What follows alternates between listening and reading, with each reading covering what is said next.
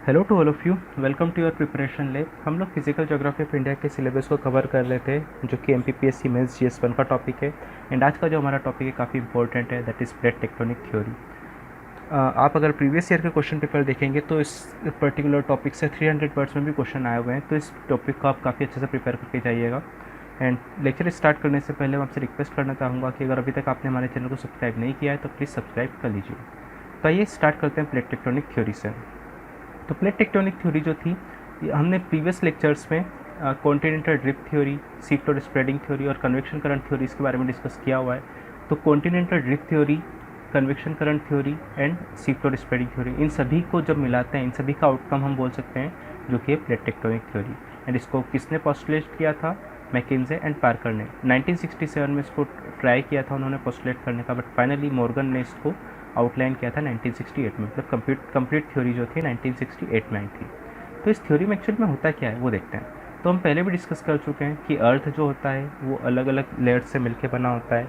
तो अगर हम उसका केमिकल डिवीज़न देखते हैं तो उसमें लिथोस्फेयर और स्टेनोस्फेयर, दो टर्म्स के बारे में हमने देखा था। तो लिथोस्फेयर क्या होता है? लिथोस्फेयर अपर क्रस्ट का और अपर मेंटल से मिलके जो बनी हुई लेयर होती है उसको हम बोलते हैं लिथोस्फेयर। फाइन। तो जो लिथोस्फेयर होता है वो नंबर्स ऑफ प्लेट्स में ब्रोकन है। तो जो लिथोस्फेयर के ब्रोकन पार्ट होते हैं उन्हीं को हम बोलते हैं प्लेट्स। एंड जो कि किसके ऊपर फ्लोट कर रहे हैं? वो एस्थेनोस्फेयर के ऊपर फ्लोट कर रहे हैं। कन्वेक्शन करंट थ्योरी में हमने चीज़ देखी थी। तो वो किसके ऊपर फ्लोट कर रहे हैं? डक्टाइल लेयर एस्थेनोस्फेयर के ऊपर, जो कि अपर पार्ट ऑफ मेंटल है। तो प्लेट्स जो होती है ये हॉरिजॉन्टल मूव कर रही है। अब जैसे सपोज ये है एस्थेनोस्फेयर, वेट, यह है स्टेनोस्फेयर। इसके ऊपर अब अलग अलग प्लेट्स जो हैं फ्लोट कर रही है हॉरिजॉन्टली। तो अब क्या होगा? ये प्लेट्स अगर मूव करेगी तो इनके बीच में इंटरेक्शंस भी होंगे, उसकी वजह से क्या होगा, उसके आउटकम्स क्या होंगे, वो सारी चीज़ें भी हम देखेंगे। तो ये जो प्लेट्स है इनकी थिकनेस हर जगह पर एक जैसी नहीं होती है, इनकी थिकनेस हर जगह पर यूनिफॉर्म नहीं होती है, ये अलग अलग जगह पर अलग अलग होती है। जैसे कि अगर हम बात करें ओशियनिक क्रस्ट की, तो ओशियनिक क्रस्ट का जो थिकनेस है वो 5 से 100 किलोमीटर तक वरी करता है। मतलब कि कहीं पर इसकी थिकनेस 5 किलोमीटर भी होती है एंड कहीं पर इसकी थिकनेस होती है वो 100 किलोमीटर्स भी पहुंच सकती है। एंड जो दूसरी तरह की प्लेट्स होती है वो कॉन्टिनेंटल एरियाज़ में उसकी थिकनेस 200 किलोमीटर्स तक भी हो सकती है। ठीक है। तो अलग अलग जगह पर प्लेट्स की जो थिकनेस होती है वो अलग अलग होती है। उसके रीजंस क्या होते हैं? क्योंकि अलग अलग प्रोसेस से के थ्रू ये सारी की सारी चीज़ें बनती है। जैसे कि अगर कहीं माउंटेन्स हैं तो वहाँ पर क्रस्ट की थिकनेस काफ़ी ज़्यादा होगी। जैसे माउंट एवरेस्ट, उसकी खुद की हाइट अराउंड 9 किलोमीटर्स है और उसके नीचे और भी कॉन्टिनेंटल क्रस्ट प्रेजेंट है। तो इस तरह से अलग अलग जगह पर अलग अलग थिकनेस हमको देखने को मिलती है। तो जो ओशियनिक प्लेट्स जो होती है वो मेनली किसी से मिलकर बनी होती है? सीमा से, that is silica and magnesium. And वो ओशियनिक प्लेट्स होती है वो रिलेटिवली थिनर होती है। मतलब अगर कॉन्टिनेंट से कंपेयर करें तो पतली होती है। बट जो कॉन्टिनेंटल प्लेट होती है वो सियाल से बनी होती है। सियाल मतलब कि सिलिकॉन एंड एल्यूमिनियम, जो कि रिलेटिवली थिकर होती है।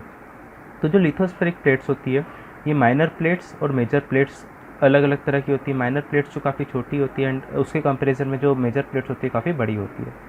तो जो कॉन्टिनेंटल प्लेट होती है, कॉन्टिनेंटल प्लेट भी हो सकती है, ओशियनिक प्लेट भी हो सकती है। कॉन्टिनेंटल प्लेट का एग्जांपल है Arabian plate and oceanic plate का एग्जांपल है पैसिफिक प्लेट।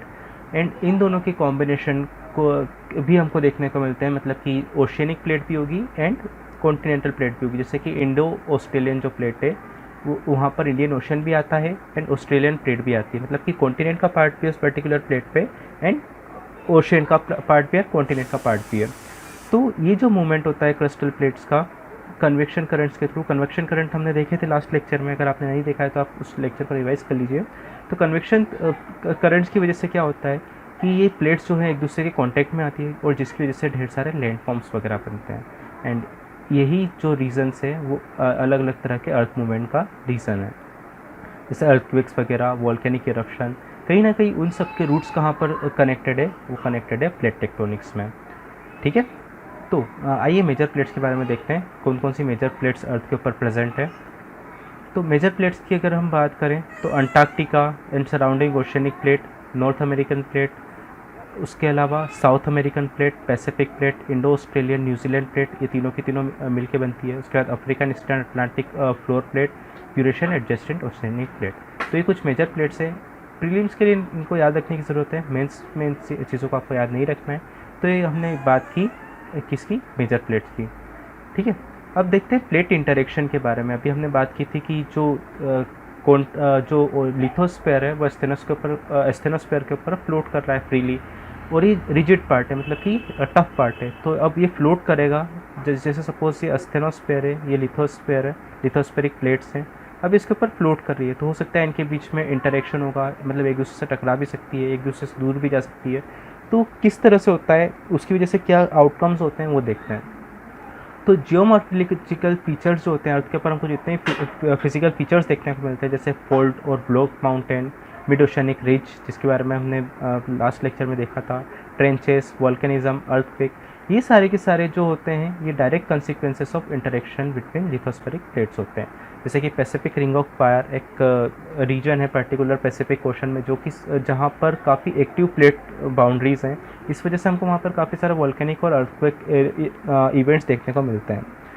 तो अब प्लेट इंटरेक्शन कितने तरह का होता है, ये लास्ट लेक्चर में हमने ब्रीफली डिस्कस किया था, जो उसको डिटेल करेंगे। तो सबसे पहला होता है divergent plate boundary. Divergent plate boundary में प्लेट्स एक दूसरे से दूर जाती है। ये देखिए प्लेट्स यहाँ पर एक दूसरे से दूर जा रही है, वाली प्लेट्स इस डायरेक्शन में और ये वाली प्लेट इस डायरेक्शन में मूव कर रही है। सेकंड तरह की प्लेट होती है कन्वर्जेंट प्लेट बाउंड्री। कन्वर्जेंट में एक दूसरे के पास आएगी, एंड ट्रांसफॉर्म प्लेट बाउंड्री में जो प्लेट्स एक दूसरे के आसपास स्लाइड करेगी। तो अब इनके बारे में देखते हैं।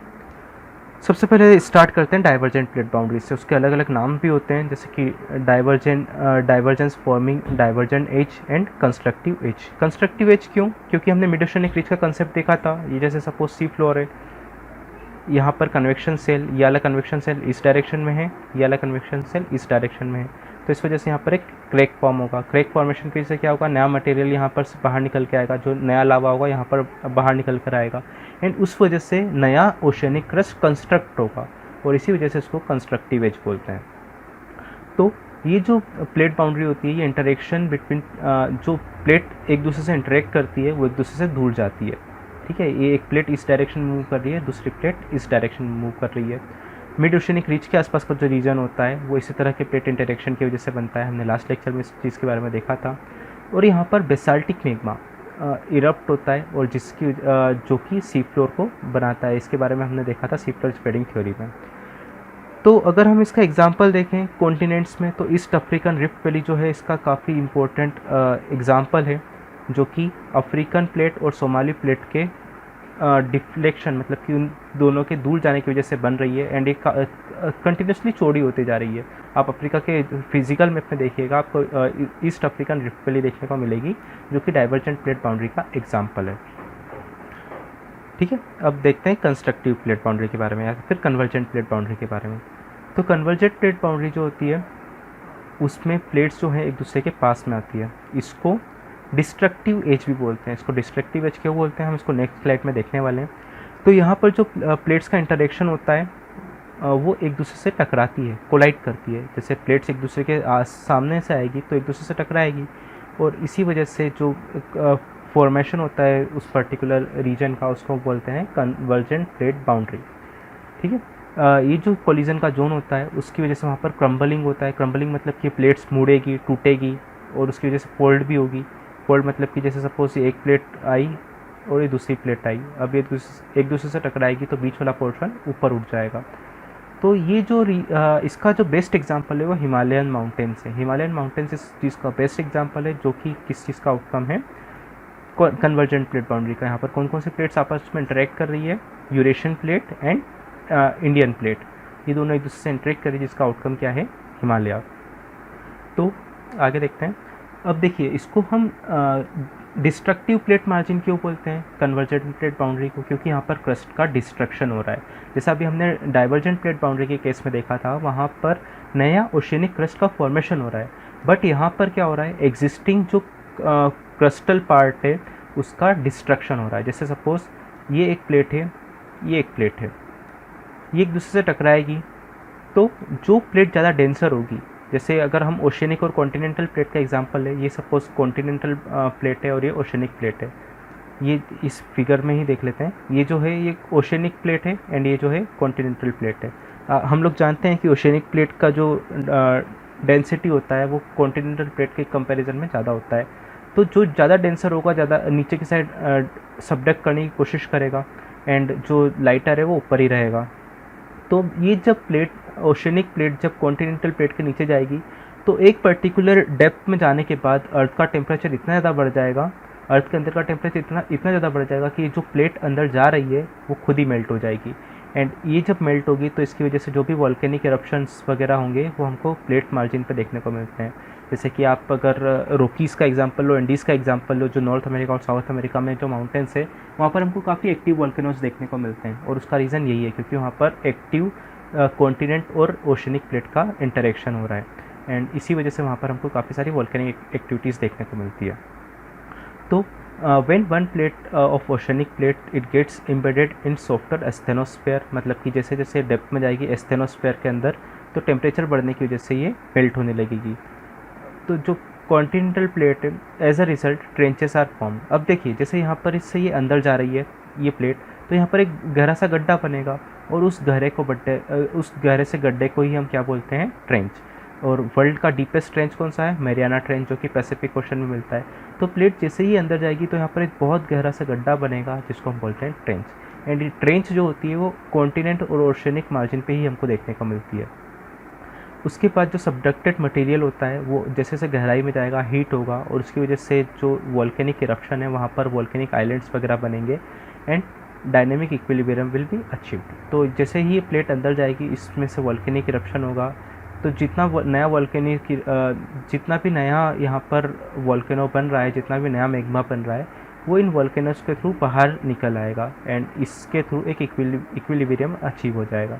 ठीक है, तो ये हमने बात की कन्वर्जेंट प्लेट बाउंड्री के बारे में, जिसको हम डिस्ट्रक्टिव मार्जिन भी बोलते हैं क्योंकि यहाँ पर क्रस्ट का डिस्ट्रक्शन हो रहा है। एंड लास्ट तरह की बाउंड्री होती है ट्रांसफॉर्म बाउंड्री। यहाँ पर क्या होता है, प्लेट ना तो किसी चीज़ का फॉर्मेशन होता है ना ही किसी चीज़ का डिस्ट्रक्शन होता है, यहाँ पर प्लेट्स एक दूसरे के आसपास स्लाइड करती है। ठीक है, तो ये जो मूवमेंट होता है ये जब दो प्लेट्स एक दूसरे के पास में स्लाइड करती है एंड इस तरह के इंटरेक्शन की वजह से जो प्लेट्स होती है वो ग्राइंड करती है एक दूसरे के अगेंस्ट में। तो इस वजह से ना तो किसी चीज़ का क्रिएशन होता है ना ही किसी चीज़ का डिस्ट्रक्शन होता है। और हो सकता है कि लैंडफॉर्म जो है वहाँ पर बस डिफॉर्मेशन हो जाए। डिफॉर्मेशन मतलब कि उसमें कुछ ना कुछ चेंजेस आ सकते हैं बट ना किसी नई चीज़ का फॉर्मेशन होगा ना ही एग्जिस्टिंग चीज़ का डिस्ट्रक्शन होगा। तो इस पर्टिकुलर केस में ना तो क्रस्ट बनता है ना ही क्रस्ट डिस्ट्रक्ट होता है। ठीक है, तो हमने बात की ट्रांसफॉर्म प्लेट बाउंड्री की। ठीक है, तो हमने तीनों की तरह के प्लेट इंटरेक्शन देखे। तो देखिए अब हम देखते हैं जो पास्ट ईयर का क्वेश्चन आया हुआ है इस पर्टिकुलर टॉपिक से उसके बारे में। तो ये 2017 का क्वेश्चन पेपर है, आप इसमें देख सकते हैं ये question, what is plate tectonic theory, describe the role of plate tectonic in sea floor spreading and continental displacement. ये 300 वर्ड्स में आया था क्वेश्चन। तो आप इस पर्टिकुलर क्वेश्चन का आंसर लिख के हमें हमारे टेलीग्राम ग्रुप पे पहुंचा सकते हैं फ्री इवैल्यूएशन के लिए। ठीक है, तो आज हम हमारे लेक्चर को इतना ही लिमिटेड रखते हैं। आगे का लेक्चर हम कल देखेंगे एंड कल जो है हम सी floor spreading theory end plate tectonic theory के एविडेंसेस के बारे में डिस्कस करेंगे कि किस बेसिस पे हम बोल सकते हैं कि एक्चुअल में ऐसे इवेंट्स हुए भी या नहीं हुए हैं। ठीक है, एंड उसके बाद से हमारा इंडियन ज्योग्राफी का जो कोर्स सिलेबस है वो स्टार्ट हो जाएगा। तो आज हम इतना ही रखते हैं। Thank you.